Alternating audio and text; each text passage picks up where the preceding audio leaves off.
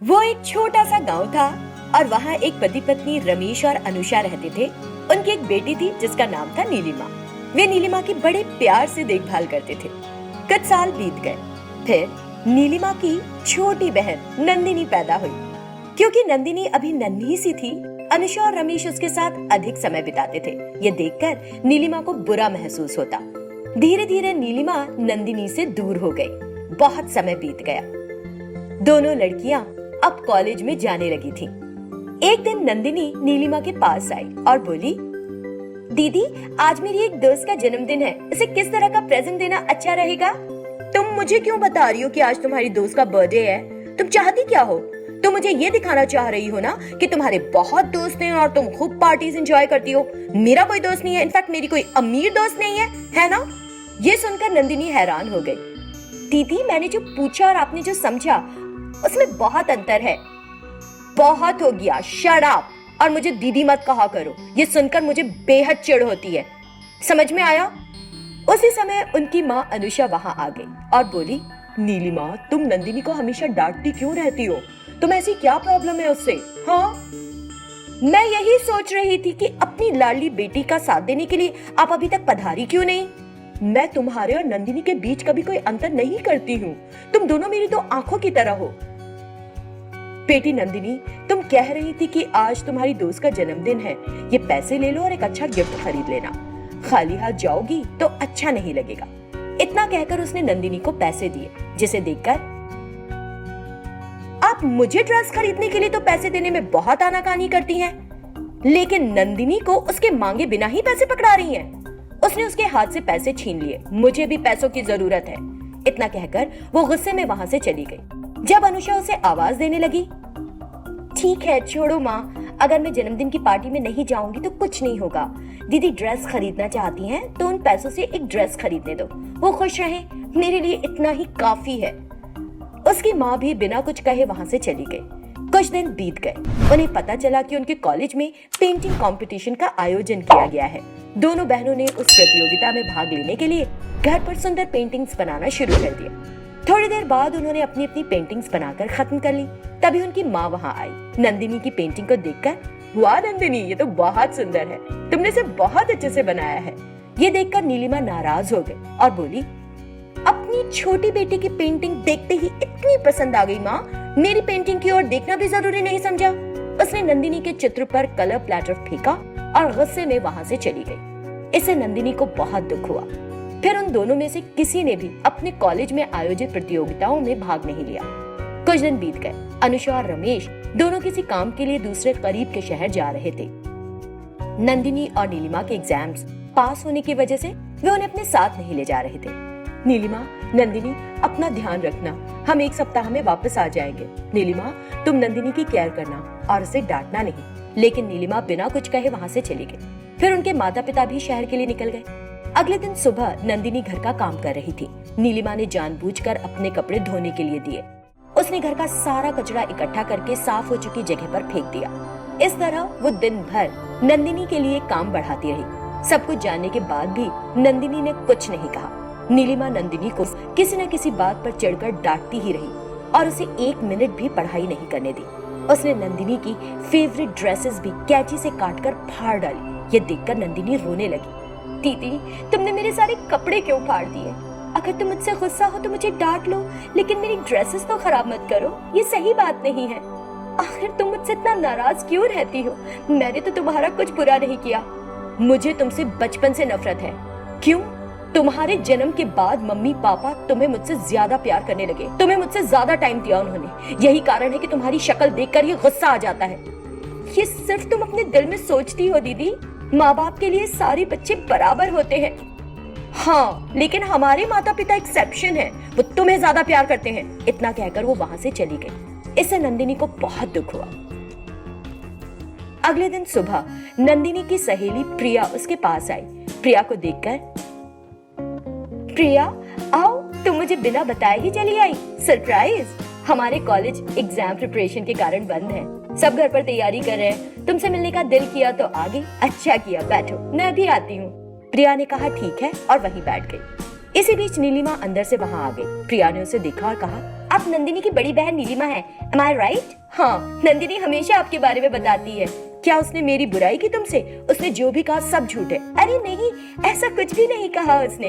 वो तो हमेशा आपकी तारीफ करती रहती है। नंदिनी आपको बहुत प्यार करती है दीदी। वो कहती है कि आप उसकी बहुत अच्छे से केयर करती हैं, हमेशा उसे सही बात बताती हैं, हर बात में मदद करती हैं, सपोर्ट करती हैं, बहुत तारीफ करती है आपकी। ये सुनकर नीलिमा ने सोचा, क्या नंदिनी मेरे बारे में ऐसी अच्छी बातें कहती है? ये सोचते हुए वो वहां से चली गई। फिर प्रिया और नंदिनी काफी देर तक एक दूसरे से बातें करती रही। इसके बाद प्रिया वहां से चली गई। तुरंत नीलिमा ने नंदिनी से कहा, नंदिनी, तुमने अपने दोस्तों को मेरे बारे में झूठ क्यों कहा? मैंने तो तुम्हें कभी किसी बात के लिए सपोर्ट किया ही नहीं। मैंने कोई झूठ बोला नहीं है दीदी, मैं सच में तुम्हें बहुत प्यार करती हूँ। अगर आप मुझसे नफरत करती हैं, इसका मतलब है कि दिल में कहीं प्यार भी छिपा होगा। और फिर बहनें तो आपस में लड़ती ही हैं, लेकिन इससे उनके बीच का प्यार थोड़ा ही कम हो जाता है। तुम जो भी मुझसे कहती हो मुझे अच्छा ही लगता है। मैं हमेशा तुम्हारे अच्छे की ही दुआ करती हूँ और मुझे आशा है कि एक दिन आपका दिल मेरे लिए पिघल जाएगा। मैं भगवान से यही प्रार्थना करती हूँ। ये सुनकर नीलिमा रोने लगी और बोली, I am so sorry Nandini, मैंने इन दिनों तुम्हें बहुत सताया। तुम्हारी दोस्त ने मुझसे जो कहा उसे सुनने के बाद मैं समझ गई हूँ कि तुम मुझे कितना प्यार करती हो। तुम मुझसे छोटी हो लेकिन तुम्हारा दिल बड़ा है, मुझे इसका पता नहीं चल सका। क्या तुमको लगता है कि तुम्हारी इन प्यारी प्यारी बातों से मेरा दिल पिघल जाएगा? ये कभी नहीं होगा। मैं तुमसे ज्यादा स्मार्ट हूँ, मेरे साथ ये चीप चाले मत चलो, समझी? ये कहकर वो वहां से चली गई। ये सुनकर नंदिनी को बहुत दुख हुआ और उसने सोचा, मुझे लगा था कि दीदी का दिल साफ हो गया मेरे लिए। मुझे उम्मीद नहीं थी कि वो इस तरह मजाक बनाएंगी। हे प्रभु, प्लीज मेरी दीदी का दिल बदल दो। तब से नंदिनी को उम्मीद है कि नीलिमा उसे पसंद करने लगेगी और वो उस पल का इंतजार कर रही है। केदारपुर नाम का एक गांव था। इस गांव में कुमार नाम का एक नारियल व्यापारी रहता था। वो बहुत भला इंसान था। वो कई लोगों की मदद करता था। ग्रामीण अक्सर उसकी भलाई के कामों की चर्चा किया करते थे। कुछ समय बाद अपनी अच्छाई के कारण वो उस गांव का मुखिया बन गया। उसने उस गांव की जिम्मेदारी तो ली ही ली और अपना नारियल का व्यवसाय भी करता रहा। इससे पहले राजेश नाम का व्यक्ति ग्राम प्रधान था और वो कुमार से बहुत ईर्ष्या करता था। गर्मियों का मौसम आ गया था और दिन बड़े गर्म हो रहे थे।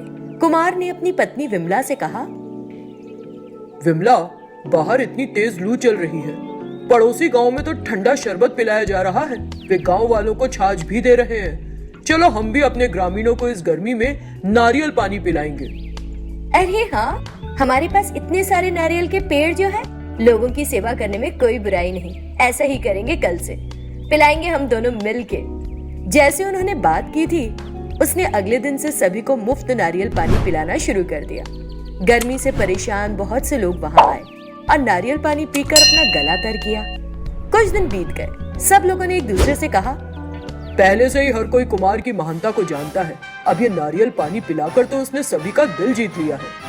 इस तरह उन सब ने कुमार की प्रशंसा में पुल बांध डाले। लेकिन राजेश को ये बात पसंद नहीं आई और उसने सोचा, मैंने इतने सालों तक ग्राम प्रधान के रूप में काम किया, उसने अचानक आकर मेरी हर बात पर अपना झंडा गाड़ डाला। इसे सबक सिखाना ही पड़ेगा। कुछ दिन बीत गए। कुमार लोगों को मुफ्त नारियल पानी पिलाता रहा। तभी एक दिन वहां एक साधु आए। उन्हें देखते ही कुमार ने उन्हें पीने के लिए नारियल पानी दिया। साधु ने उसे पिया और कुमार से कहा, धन्यवाद तुम्हारा, तुमने मेरी प्यास बुझाई। संत, गांव में सभी की प्यास बुझाने के लिए मैंने ये नारियल पानी रखा है, लेकिन रोजाना इतनी दूर से नारियल लाना हमारे लिए बहुत मुश्किल हो रहा है। और जब हमारे लाए हुए नारियल खत्म हो जाते हैं तो कुछ लोगों को प्यासा ही वापस जाना पड़ता है। इस तरह कुमार ने उन्हें अपनी परेशानी बताई। बस इतनी ही है ना समस्या, मैं तुम्हें एक वरदान देता हूँ। इतना कहते हुए संत ने एक बहुत बड़ा नारियल बना दिया, जिसे देखकर वो दोनों हैरान रह गए। ये बड़ा नारियल तुम्हारे लिए बहुत उपयोगी होगा। इसमें नारियल पानी कभी समाप्त नहीं होगा। यदि तुम इसमें थोड़ा सा नारियल पानी डाल दो तो ये सारे दिन नारियल पानी देता रहेगा, लगातार। कोई कितना भी पी ले, लेकिन इसमें पानी हमेशा लबालब भरा रहेगा। उस बड़े नारियल में पानी निकालने के लिए एक नल भी था, जिसे देखकर कुमार ने साधु का धन्यवाद दिया। अगले दिन वो साधु द्वारा दिए गए बड़े नारियल के सामने खड़ा हो गया। आओ भाइयों आओ, और अपनी प्यास बुझाओ नारियल पानी से। उस बड़े नारियल को देखकर कई लोग आश्चर्यचकित हो गए और उस पानी को पीने आए। आपने तो इसे बहुत अच्छा बनाया है। हमें बहुत खुशी है कि आप हमारे गांव के मुखिया बने हैं। इस तरह वे उसकी प्रशंसा करने लगे, जिसे देखकर राजेश ने सोचा, हाँ, वैसे ही एक मौके का इंतजार कर रहा था, अब मिला है मौका। अब मैं अफवाह फैलाऊंगा कि तुम नारियल के नाम पर ग्रामीणों को शराब पिला रहे हो। मैं उस नारियल पानी में शराब मिला दूंगा। उस रात राजेश ने नारियल पानी में शराब मिला दी। अगले दिन सुबह कुमार हमेशा की तरह लोगों को नारियल पानी पिलाने आता है। राजेश ने भी वहां आकर उस पानी को पिया और कहा, अरे कुमार, ये क्या है? इस नारियल के पानी से शराब जैसी गंध आ रही है। क्या तुम नारियल पानी के नाम पर शराब पिला रहे हो हम सबको? जिसे सुनकर नारियल पानी पीने आए वाले लोग हैरान हो गए। ये नारियल पानी है, शराब नहीं। इतना कहते हुए उसने खुद वो नारियल पानी पिया। ये नारियल का पानी है, तुम इसे शराब क्यों बोल रहे हो? आप लोग भी इसे एक बार पीकर देखो, या सिर्फ सूंघ ही लो। इस तरह उसने आसपास के लोगों से कहा। उन लोगों ने उसे पीकर देखा और बोले, अरे, उसके अच्छे कामों के लिए तारीफ करने की बजाय तुम उसे बदनाम करने की साजिश रच रहे हो। इतना कहते हुए उन सब ने मिलकर उसकी पिटाई लगा दी। हे भगवान, संत के जादू के कारण वो सिर्फ मुझे ही शराब लगी, लेकिन बाकी सबको उसमें नारियल पानी का स्वाद ही मिला। वो झट से 9-2-11 हो गया।